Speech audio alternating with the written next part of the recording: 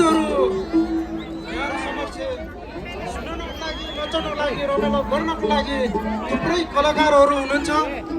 अहिले भने हामी यहाँहरू समक्ष ताम्बासङ नेपालको तर्फबाट एउटा ताम्बाको शैलीमा आशीर्वाद दिने गीत सुनाउँछौँ।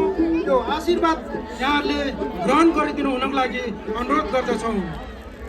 हामी कुनै पनि महत्त्वपूर्ण दिनहरूमा महत्त्वपूर्ण तिथिहरूमा हाम्रो अग्रजहरूको आशीर्वाद लिन्छौँ, गुरुहरूको आशीर्वाद लिन्छौँ, ताम्बाहरूको आशीर्वाद लिन्छौँ। लोसारमा भने हाम्रो आप्पा आमाको आशीर्वाद लिन्छौँ। त्यस पछाडि हाम्रो लामा गुरुहरूको आशीर्वाद लिन्छौँ। गुम्बामा गएर मठ मन्दिरमा गएर हामी बत्ती बाल्छौँ।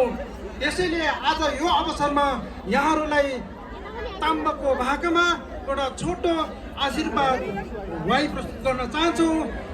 यो गीत मात्रै।